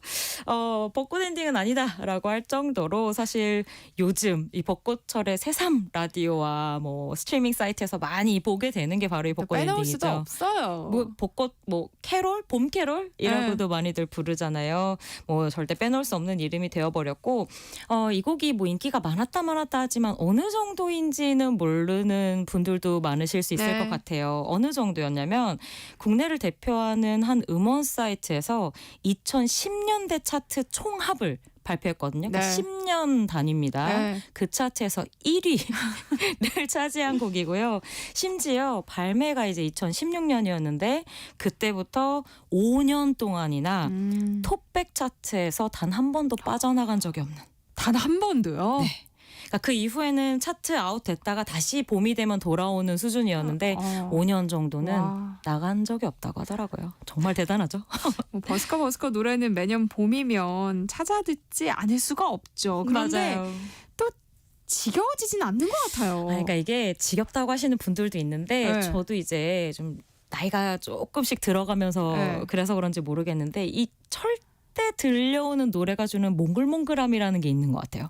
뭔지 아시려나? 그 이제 연말 되면 뭐 웸의 라스트 크리스마스 같은 게 나오면 갑자기 좀 설렌다거나 네. 봄도 아직 좀 멀지 않았나 싶었는데 벚꽃 엔딩에 그 약간 하모니카 전주가 네. 나오면 마음이 좀 설레지는 이런 느낌들이 늘 매해 반복이 되고 있습니다. 저도 올해 느끼고 있는데요. 봄만 되면 역주행을 여전히 하고 있어요. 그래서 별명도 정말 많거든요. 뭐 벚꽃 연금. 매해 돌아온다 저작권으로. 그리고 죽지도 않고 봄만 되면 돌아온다고 해서 뭐 벚꽃 좀비 이런 별명까지도 아주 다양하게 붙어 있는 팀이자 노래인데요. 오늘은 그 가운데에서 꽃송이가라는 곡을 가져와 봤어요. 이 곡도 좋아하시는 분들은 좋아요. 되게 좋아하세요. 그 벚꽃 엔딩과 같은 버스커 1집에 수록이 돼 있는 곡인데 벚꽃 엔딩이 조금 더 좀 소녀 같은 수줍음이 있는 곡이라면 이 꽃송이가는 한 우리 젊었을 때 뭐 한 20, 30대 정도의 청춘의 코끝을 스쳐 지나가는 꽃향기 같은 낭만이 서려 있는 곡이에요. 그래서 우리가 흔히 뭐 버스커나 장범준 씨 얘기할 때 그 특유의 어떤 약간 타령 같은 창법 그리고 반복되는 가사나 뭐 리듬 같은 것들을 많이 이야기하는데 그런 특성도 벚꽃 엔딩보다도 오히려 저는 이 곡에서 더 잘 드러나 있는 것 같아서 봄이 되면 습관처럼 찾아 듣게 되는 곡입니다. 한번 준비해봤습니다. 네. 네, 버스커의 꽃송이가 듣고 왔습니다. 3253님이요. 이게 딱 맞는 표현인 것 같아요. 제철 음식이 맛과 건강의 절정이듯이 가요나 음악도 제철에 들으면 훨씬 더 감미롭고 마음까지 젖어들게 하는 것 같습니다. 맞네요. 좋은 그쵸? 노래는 언제 들어도 좋지만 그 제철에 듣는 노래라는 게 주는 맛이 또 남다른 것 같아요. 또 김종근님은 버스커 노래는 계절을 가리지 않고 듣고 싶은 노래죠. 한겨울 추울 때도 화창한 봄날을 상상하면서 듣고 싶고요. 봄과 벚꽃 엔딩 노래는 같은 우리의 계절 같습니다. 봄을 담고 있다는 말씀이신가 봐요. 그런 말씀이신 것 같아요. 그 몇 년 전에 뭐 포털 사이트에서 조사를 했는데 한국 대중가요 중에서 계절을 다룬 노래들 중에 네. 봄 비중이 진짜 높대요. 봄 노래들이 정말 많고 가장 좋아하는 계절이 봄이 그런가 봐요. 많잖아요. 다들 이제 긴 겨울을 좀 견디고 꽃 네. 피는 계절을 맛보는 날씨가 좋기도 하고 그러니까요. 예, 그 아주 치열한 경쟁 가운데에서도 승기를 차지하고 있는 버스커의 노래 함께 들어보시고 왔습니다. 네, 봄꽃 다음에 들어볼 노래도 제가 아는 곡일까요? 요것도 아는 곡이시지 않을까 싶은 생각이 드는데 볼빨간 사춘기의 노래를 준비했거든요. 아마 네. 버스커만큼이나 많은 분들께 다양하게 사랑을 받고 있는 그룹이 아닐까 싶어요. 그리고 버스커가 좀 약간 진한 느낌의 봄 느낌이라면 볼빨간 사춘기는 또 아주 상큼한 봄 노래들을 많이 가지고 있는 팀인데요. 이들이 2019년에 발표한 그리고 딱 4월 이맘때에 발표했거든요. 네 번째 미니 앨범 타이틀곡이었던 나만 봄이라는 곡을 준비했습니다. 앞서서 대중가요 가운데 봄을 노래한 곡들이 많다고 말씀드렸는데 그 계절을 노래한 곡들도 많지만 이 봄을 사춘기에 비유한 곡들도 진짜 많아요. 그래서 봄을 노래한 곡들은 대부분 그렇게 어린 날, 뭐 젊은 시절을 뭐 추억하거나 회상하거나 즐기는 류의 곡들이 굉장히 많습니다. 그래서 이 곡이 담겨져 있던 사춘기 집이라고 하는 어떤 시리즈 앨범이었는데 사춘기를 볼빨간 사춘기만의 감성으로 그려낸 앨범이었고요. 그 가운데 시리즈의 첫 곡이었어요. 그만큼이나 볼빨간 사춘기가 그리는 사춘기 봄의 감성을 가장 가득 담고 있는 곡이라고 보시면 될 것 같습니다. 뭐 벚꽃 엔딩이나 꽃송이가만큼은 아니지만 이 노래도 라디오에서 많이 들어본 것 같아요. 맞아요. 많이 나오고 그리고 이 남한 봄 같은 경우에는 중의적인 뜻이에요. 봄이 스프링을 뜻하는 봄도 있지만 보다라고 할 때 명사화를 시키면 봄이 되잖아요. 그래서 뭐 남한 봄이라는 게 남한 어떤 봄이야도 되겠지만 남한 보라는 이야기도 돼요. 그래서 노래 가사에 잘 귀를 기울여 보시면 왜 그런 거 있잖아요. 첫사랑에 처음 빠졌을 때 뭔가 이 마음을 재는 방법도 모르고 무조건 이렇게 들이밀기만 하는 어떤 에너제틱한 사랑의 마음들을 다들 한 번씩은 경험을 해보셨을 텐데 그 풋풋하면서도 막 에너지 넘치는 마음이 노래 그대로 담겨 있습니다. 그래서 노랫말 보면 뭐 벚꽃도 뭐고 다 필요 없어. 봄 지나갈 때까지 다른 사람 다 사라져라. 나만 봄. 뭐 이런 가사가 있거든요. 지금 이 계절에 듣기에 너무 말랑말랑하면서 사랑스러운 곡이 아닐까 싶어서 또 준비해봤습니다. 우리 청취자 여러분들이 이 노래 들으면서 어떤 시기에 추억을 떠올리실지가 누구 참 생각하실지 궁금하네요. 그러니까요. 궁금하네요. 볼빨간 사춘기의 나만 봄 듣고 올게요. 네, 볼빨간 사춘기의 나만 봄 듣고 왔습니다. 4817님이요. 세모정 애청자들은 모두 시인이네요. 노래에 실려오는 봄 향기가 느껴집니다 하셨어요. 똑같이 시인 같은 표현을 또 보내주셨네요. 그러게요. 뭐 제가 여기 앉아 있어도 되나요? 청취자분들이 여기 앉아 계셔야 될 것 같은 느낌입니다. 근데 좀 죄송한 게 네. 이렇게 노래 듣고 있으니까요. 저 빨리 퇴근하고 꽃놀이 가고 싶어요. 지금 들으시는 분들도 안 되겠다. 오늘은 잠깐이라도 밖에 나가야겠다 생각하시지 않을까 싶은데요. 그러니까요. 만약에 오후가 좀 시간이 빠듯하다. 너무 아쉬워요. 전 바빠서 하시는 분들은 밤에도 한번 나가보시면 어떨까 싶어요. 맞아요. 저는 솔직히 밤벚꽃 더 좋아하긴 하거든요. 네. 그 낮에는 이제 너무 아름답고 화려한 느낌이지만 밤에 보면 이렇게 좀 뭉클뭉클한 이 마음속에 좀 울림이 있는 게 또 이 네. 밤과 꽃이 아닐까 하는 생각이 드는데 그래서 요즘 SNS에는 그런 얘기 많이 돌더라고요. 그 밤 산책만 하자고 해도 금방 마음을 줘버릴 것 같은 날씨와 계절이다. 뭔지 알 것 같아요. 지금 이 시기에 밤에 산책을 한다? 네. 사랑에 빠질 수밖에. 그렇죠. 그렇게 한다고 아까 버스커처럼 꼬신다. 뭔가가 일어날 수밖에 없는 그런 상황인 거죠. 네. 바로 그런 분위기를 노래한 곡이 있어서 오늘 네. 마지막 곡으로 한번 준비해봤습니다. 프롬의 노래고요. 이 곡도 좀 오랜만에 듣는다 하시는 분들도 계실 텐데 봄밤에 다시 만나라는 곡을 준비했어요. 프롬 씨 같은 경우에는 올해 14년 차 벌써 활동을 하고 있는 싱어송라이터입니다. 2012년에 데뷔를 했고요. 네.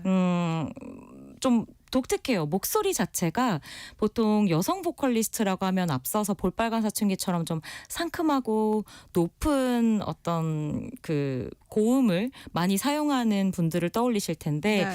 이 프롬 씨 같은 경우에는 굉장히 좀 단아하고 우아한 중저음이 강점인 아티스트입니다. 네. 그래서 여태까지 짧지 않은 시간 활동하면서 발표한 음악들도 대부분 그렇게 좀 우아한 느낌이 굉장히 많이 서려 있어요. 그래서 당연하게도 봄밤을 노래한 이 곡에서는 그런 아름답게 커다랗게 피어있는 벚꽃보다는 저는 목련 같은 꽃이 더 잘 어울리는 목소리란 생각이 들기도 하는데 아름다운 서정을 또 노래하고 있는 곡이거든요. 오늘 마지막 곡으로 준비해봤습니다. 네. 프롬의 봄밤에 다시 만나는 저희가 끝곡으로 들려드리고요. 김윤아의 오늘 이 곡은 여기서 마무리하겠습니다. 고맙습니다. 감사합니다. 네, 세상의 모든 정보도 인사드릴게요. 모바일 치킨 쿠폰과 유산균 당첨자는요. 홈페이지 공지사항에서 확인하실 수 있습니다. 프롬의 봄밤에 다시 만나 함께 들으시고요. 저는 다음 주 월요일에 다시 찾아뵐게요. 지금까지 아나운서 전주리였습니다. 고맙습니다. 생각이 눈처럼 나를 때